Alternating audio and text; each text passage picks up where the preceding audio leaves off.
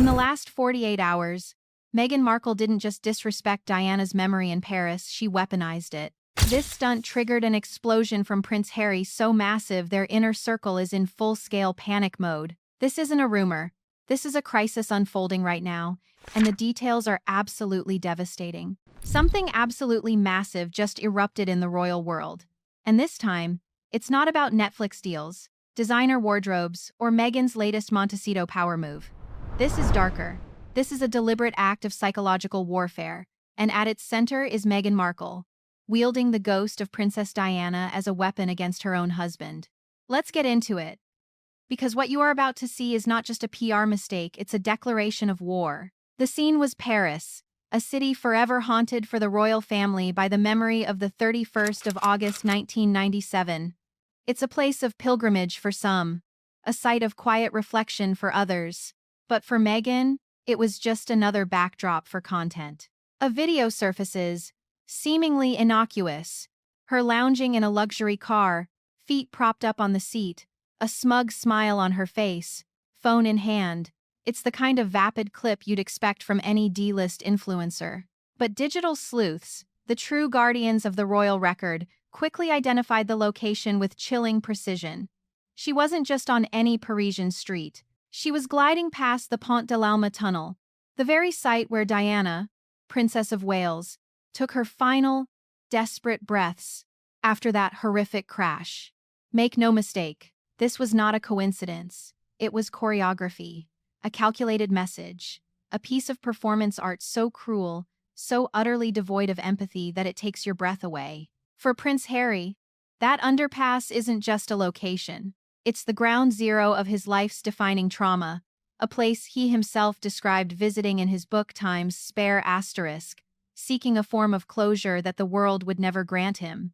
For her to treat it with such casual, smiling indifference was, in his eyes, the ultimate act of desecration. For years, we have documented the pattern of deception, the chain of inconsistencies stacked so high they collapse under their own weight. We have exposed the carefully constructed narrative, the PR spin designed to mask a ruthless ambition, but this stunt transcends mere disrespect. This is the weaponization of a son's deepest, most sacred wound, orchestrated by the one person who swore to protect him from the very machine that tormented his mother.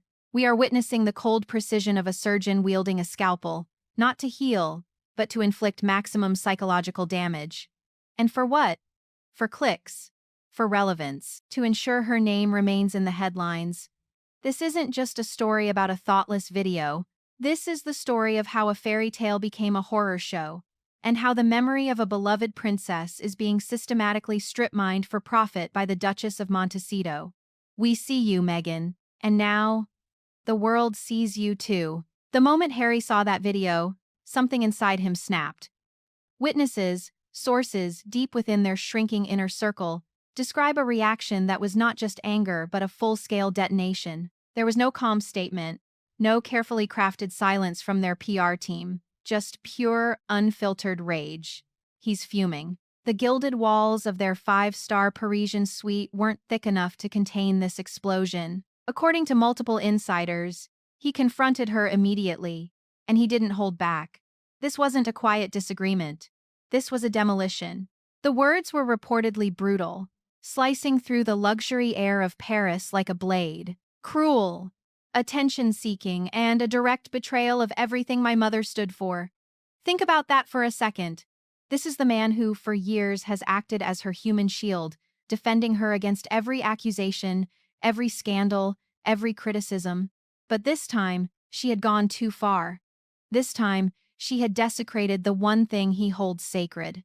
He accused her of turning a site of unimaginable tragedy into a prop for her own relevance, of dancing on his mother's grave for social media likes. For a man who was forced to walk behind his mother's coffin in front of 1 billion people, that tunnel isn't a landmark. It's the epicenter of his life's defining trauma. He's the one who had to grow up with the echoes of that night, with the flashbulbs he blames for her death. For her to treat it with such casual, smiling indifference was, in his eyes, unforgivable. This was the final line. This wasn't a mistake or a lapse in judgment. It was a calculated strike designed to mentally torture him, a power play to show him who was really in control of the narrative. And it worked. The fairy tale didn't just crack, it shattered. Behind the closed doors of that suite, what started as an argument erupted into a confrontation so loud, so volatile, that even their own team was left stunned. The therapy prince, the man who built a brand on emotional vulnerability, was completely unraveling under the pressure of a cruelty he never imagined could come from his own wife. The spare had finally been detonated. But here's where it gets even stranger. While Harry was reportedly still reeling behind the closed doors of their suite, completely unraveling from her psychological strike, what did Meghan do? Did she retreat? Did she apologize? Did she attempt to manage the fallout from the detonation she had caused? No. She went on the attack. Hours later, while the digital world was still ablaze with outrage over the tunnel video, she made her next move. It was a masterclass in narrative deflection, and a testament to her absolutely ruthless ambition. She appeared, front and center, at the Balenciaga Paris Fashion Week show. Let's be crystal clear about what this means. This isn't just any fashion brand. Balenciaga is a name still radioactive, still toxic, from a grotesque scandal involving the explicit exploitation of children in its advertising campaigns. For a woman who has built her entire public brand on the flimsy foundations of compassion, motherhood, and protecting the vulnerable through her Arkwell Foundation, this alliance was hypocrisy in high definition. It was a stunning display of selective morality. But it was also a calculated, strategic masterstroke. By deliberately aligning herself with another lightning rod of public controversy, she executed a perfect gambit. She created a new headline, a new fire to distract from the one she had just started in the Pont de l'Alma tunnel. Critics immediately pounced. How can you champion children's causes while promoting a brand accused of such deeply inappropriate behavior? Her camp's defense was predictable and pathetic. She was simply supporting a friend. Trust me, this was not about friendship. It was a cold, calculated move from the manipulator's playbook. A playbook we have studied for years. When you are caught red-handed in one scandal, you create a bigger, louder one to drown it out. It's a classic PR diversion tactic. An insider put it bluntly. Every time her relevance fades, she reaches for something darker. She uses outrage as fuel, ensuring that no matter what, the cameras, the conversations, the headlines remain locked on her. This wasn't loyalty. It was a calculated alliance with the toxic, proving that for the Duchess of Montecito, there is no line she won't cross to stay in the spotlight, even if it means building her brand on the ashes of her husband's family and her own credibility. At first, her defenders and the paid PR bots flooded social media with the same tired excuse. It was just a careless mistake, an unfortunate coincidence. But in this investigation, we don't deal in coincidence. We deal in receipts. The internet never forgets, and almost immediately, a forensic examination of that video clip began online. Every frame, every timestamp, every reflection in the car window was dissected with the precision of a crime scene analyst. And the findings? They paint a damning picture of cold, hard premeditation. Let's break down the evidence. First, the car's route. This wasn't a random tour of Paris. Digital sleuths mapped her journey, confirming that her vehicle followed the exact same path Diana's Mercedes took that fateful night, turning left from the Cours Albert first onto the Voie Georges Pompidou, heading directly towards the Pont de l'Alma underpass. It wasn't a coincidence. It was a reenactment. Second, the timing of the post. It wasn't an accidental upload. The video landed with maximum impact during Paris Fashion Week, a time when the world's media was already hyper-focused on the city, guaranteeing that this provocative act would not go unnoticed. This wasn't a joyride. It was a meticulously staged piece of performance art designed to hijack the news cycle. Seasoned royal biographers like Angela Levin didn't hesitate, immediately calling it sick and twisted. But the real smoking gun, the piece of evidence that obliterates the defense of ignorance, came from the argument with Harry himself. Sources report that her alleged response to his fury was not one of remorse but of chilling defiance. "It's just a location, Harry. It's not your property." Think about the psychology behind that statement. That isn't just a callous retort. It is a full confession. It confirms that she sees his family's history, his mother's legacy, and his own profound personal pain not as something to be respected, but as a public resource to be exploited for her own narrative. The entire house of cards collapses under the weight of those words. This wasn't a mistake, it was a message, and the message was one of ultimate control. In the aftermath of the explosion, the video, the Balenciaga gambit, the furious confrontation, the Sussex camp did exactly what we predicted they would do. They erected a wall of total, impenetrable silence, no apology, no clarification. Not even a half-hearted denial from their high-priced PR team.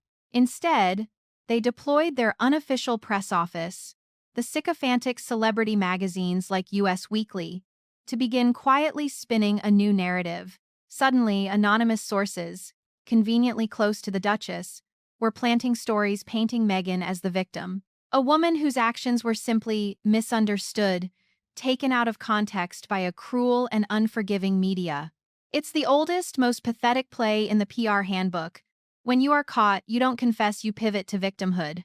But in the world of the institution, a world Meghan still fails to comprehend, silence carries its own message. Buckingham Palace has a centuries-old understanding that in a crisis of this magnitude, a lack of response is a tacit admission of guilt. The dog that didn't bark reveals everything. Meghan, the supposed master of narrative control, knows this too. Her silence wasn't a sign of retreat or shame. It was a display of pure, arrogant defiance. It was a calculated message directed squarely at Harry, at the royal family, and at the world. I did it. I don't care that it hurt you, and there is absolutely nothing you can do about it. This cold, calculated indifference is more damning than any confession could ever be. It's the final piece of evidence in a forensic case file that proves her empathy is a performance, her compassion is a brand, and her entire public persona is a carefully constructed lie. Silence doesn't kill rumors, it feeds them. And in this case, the deafening silence from Montecito is a confession written in stone, confirming that her brand is built on quicksand, and the entire structure is beginning to crumble. This Parisian incident cannot be viewed in isolation. To understand its true, chilling significance, you must see it for what it is: the latest turn in a predictable and deeply pathological pattern of behavior. Let's call it the cycle of chaos. It's a three-step process she has perfected, a rhythm of shock, silence, and spotlight that forms the very foundation of the Sussex brand. First, the provocation. This is the initial strike, an act so shocking it guarantees a media firestorm. It could be a bombshell claim in a global interview, a deliberate breach of sacred protocol, or a stunt as grotesque as the tunnel video. The goal is to generate maximum outrage. Second, the silence. This is the phase of strategic retreat. She allows the backlash to build, refusing to comment, while her PR machine works in the shadows, planting stories of victimhood and misunderstanding. This period of quiet isn't remorse, it's a tactic to build suspense and consolidate control. Third, the spotlight. Just as the controversy reaches its absolute peak, a new project is announced, a new product is launched, a podcast, a children's book, a new charity initiative. The outrage she created is instantly converted into currency, driving traffic and attention to her next venture. His trauma becomes her talking point. His mother's memory becomes her aesthetic. His family's pain becomes her profit margin. The pattern is undeniable and it is systematic. Look back at the timeline. The explosive Oprah interview that dropped just as Prince Philip lay dying. The Netflix series, a calculated act of historical revisionism, timed to inflict maximum damage. The publication of Time's Spare Asterisk, a book filled with his grievances, that just happened to coincide with new actual announcements. Every spark of outrage lands just before a new product launch. It is a strategy built on turning pain into publicity, chaos into cash. And what insiders are now saying is that Harry has finally started to see the pattern too. He's realized that every storm she creates, every fire she starts, benefits one person, and one person only. It's a pattern of deception so systematic, it makes you wonder if anything about her is actually real. In the days that followed the Parisian detonation, the world was given a front-row seat to the complete and total collapse of a marriage. And the evidence wasn't in anonymous leaks or tabloid headlines. It was written all over their faces. There was no shouting now, no dramatic confrontation, just a chilling, visible distance. Sometimes, Silence says more than rage ever could. The cameras, once their greatest tool for crafting their fairy tale, became their greatest enemy, capturing every micro-expression, every subtle gesture of betrayal. We saw Harry's jaw tighten into a mask of cold fury as Meghan, ever the performer, reached for his arm, only for him to pointedly and publicly not take her hand. We saw her polished, practiced smile falter for a split second as he walked past her without a single word, his gaze fixed forward as if she were a ghost. Body language experts and digital sleuths immediately began to dissect the clips, slowing them down, analyzing them frame by frame, as if decoding a crime scene. They noted the total lack of eye contact, the rigid defensive postures, the deliberate physical space he kept between them at all times. This wasn't the behavior of a united couple weathering a media storm together. This was the behavior of two people trapped in a horror story of their own making. Their roles suddenly forgotten, the script thrown out the window. One clip, in particular, went viral. Meghan turns to her so-called friend, Marcus Anderson, trying to share a private joke. But he's not playing along. He looks mortified, practically begging her with his eyes to just behave. She's furious. Her mask slips, and for a moment you see the raw, unfiltered rage of a narcissist who has lost control of the scene. One insider put it bluntly to a trusted source: "It's not a marriage anymore. It's a business arrangement. And business is bad." The fairy tale was over. All that remained were two actors orbiting the same scandal, pretending the love story was still real, while the whole world watched the fracture spread in real time. To truly understand the depth of this betrayal, we have to talk about legacy. For Prince Harry, legacy was never about palaces or titles. It was about the crushing weight of a ghost. His entire life has been defined by his mother's death, her face on every newspaper, her tragedy replayed endlessly for ratings, her memory claimed by millions who never knew her. In quiet moments, friends say he speaks of Diana not as a global icon or the people's princess, but as a wound that has simply never healed. And yet, that sacred, personal wound has now become the central pillar of his own wife's brand. She has systematically colonized his mother's memory. It's a hostile takeover. She wears Diana's jewelry not as a tribute, but as a costume. She constantly references Diana's struggles with the press, not out of empathy, but to frame her own journey as a parallel tragedy, thereby legitimizing her own endless list of complaints. What began as a supposed act of admiration has morphed into a grotesque and pathological imitation.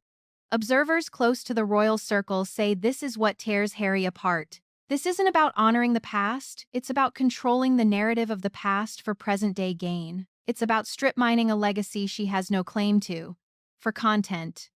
And that is what is destroying the spare. Every time Meghan invokes his mother's name, the wound is ripped open again, only this time it's televised, it's hashtagged, and it's monetized. She is building her empire of publicity on the ruins of another woman's life, a life she never knew. And the man who was meant to be the guardian of that legacy is now trapped, a silent partner in its desecration. She has become the ghost in their empire, haunting every project, every interview, every desperate grab for the spotlight. This is no longer a marriage. It is a macabre performance, and the star of the show is the ghost of Diana, whether she likes it or not. Let's be brutally honest about the strategy at play here. Because this isn't random chaos, it's a doctrine. This is the Montecito doctrine in action. A business model built on the cynical, ruthless principle that all publicity is good publicity, and that public outrage is the most valuable, most bankable currency of all. The formula is devastatingly simple. Turn every criticism into fuel and weaponize every backlash into buzz. Her calculated appearance at the Balenciaga show wasn't a mistake. It was a textbook execution of the doctrine. The brand's name still stirs deep controversy, but for Meghan, controversy equals visibility, and visibility keeps the Sussex brand in circulation, staving off the irrelevance that haunts them day and night. For Meghan, the architect of this entire mess, the formula works flawlessly. She thrives in the storm. But for Harry, the weakened pawn in her game, it is a slow and public demolition of his soul. Friends and insiders describe a man who is now completely trapped, a prisoner in the gilded cage of Montecito, realizing with dawning horror that every time he speaks up to defend her, he loses another piece of himself, another shred of his own identity, and every time he stays silent, he enables the very machine, the press, the paparazzi, the endless cycle of scandal that he claims to despise. He fled the United Kingdom to escape the psychodrama of the tabloids, only to find himself married to a woman who uses the exact same tactics with the cold precision of a seasoned Fleet Street editor. This is no longer a love story between rebellion and royalty. It has morphed into something colder, something more transactional. It's a case study in crisis brand management, a business fueled by borrowed pain and protected by a fortress of PR spin. She has constructed an entire empire on his trauma, and he is only now realizing that he is not its king, but its first and most tragic victim. Just when the story couldn't seem any darker, any more twisted, a voice from Meghan's own past cut through the PR spin with a chilling, single-sentence verdict. Her estranged sister, Samantha Markle, a woman who has been consistently dismissed by the mainstream media but has proven to be relentlessly accurate, posted a message that articulated what millions were already thinking. "Is it true," she wrote, "for the world to see, that my sister was doing selfies in the tunnel where Diana died? That's what I'm hearing." Now, that would be a really sick example of being a disaster tourist. Let that phrase sink in. A disaster tourist. It's perfect. It's a psychological diagnosis in 3 words. A disaster tourist is someone who visits sites of profound tragedy not with reverence, not with empathy, but with a morbid, self-serving, narcissistic curiosity. It's someone who sees a concentration camp, a battlefield, or a car crash not as a place of human suffering, but as a backdrop, a photo op, a piece of content to enhance their own story. Samantha's words, though coming from a source Meghan has tried desperately to discredit, has landed with the force of a nuclear bomb because they didn't just describe a single action, they gave a name to the sickness we have all been witnessing for years. They validated the growing, horrifying suspicion that for Meghan Markle, history, tragedy, and even her own husband's deepest grief are merely props and set pieces in the grand theatrical production of her life. This wasn't just a sister's critique from the sidelines. It was a damning piece of expert testimony from someone who has had a front-row seat to this pathology her entire life. It suggests a lifelong pattern of behavior where emotion is always performative, and every human situation is coldly assessed for its potential to elevate her own status and feed her insatiable need for attention. The sisters' verdict is in, and it is devastating. And what of the institution they so publicly fled and so relentlessly attacked? From behind the ancient gilded gates of Windsor and Buckingham Palace, the response to this Parisian desecration was exactly what seasoned observers have come to expect: a deafening, calculated, and absolutely final silence. But do not for one second mistake this institutional silence for inaction or indifference. For the Crown, this grotesque incident is the final piece of evidence in a long and damning forensic case file against the Duchess of Sussex. This is the ultimate justification for what insiders have long described as Prince William's strategic strip, freeze, and erase approach to the Sussex problem. Every royal tradition Meghan has broken, every protocol she has openly mocked, every manufactured grievance she has weaponized, all of it pales in comparison to this single act. To so cruelly and publicly desecrate the memory of the future King's mother is not a PR blunder. It is an unforgivable sin against the monarchy itself. The Crown, the institution, does not operate on emotion or what's trending on social media. It operates on a single, ruthless principle: its own survival. And it has now clearly and irrevocably concluded that the Sussex brand is not just an international embarrassment, but a constitutional contagion that must be excised. Systems don't care about your platform. The palace doors didn't just close on Prince Harry after this. They were bolted, barred, and metaphorically welded shut. Buckingham Palace has delivered its final verdict on the Duke and Duchess of Montecito, and that verdict is the cold, permanent indifference of an ancient system that has moved beyond them entirely. The Crown always wins, and this time, the price of its victory is the permanent exile of a king's son. So where does this leave them? Where does this toxic saga end? The truth is, it's already ending. We are witnessing the slow, inevitable collapse of their entire empire. They are now 2 people trapped in a story they can no longer control, surrounded by flashbulbs that illuminate nothing but the irreparable fractures between them. Harry looks at the past and sees a profound wound, a source of lifelong pain.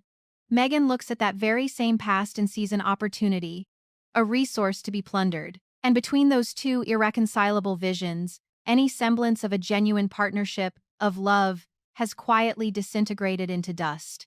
The Diana Tunnel moment was not just a lapse in judgment.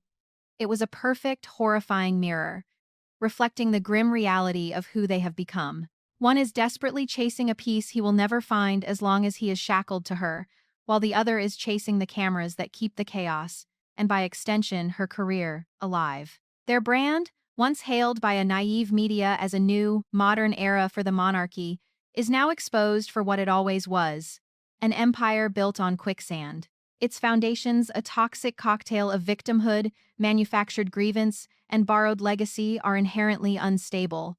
With every new controversy, with every desperate, cringeworthy grab for relevance, the ground beneath them shifts and cracks.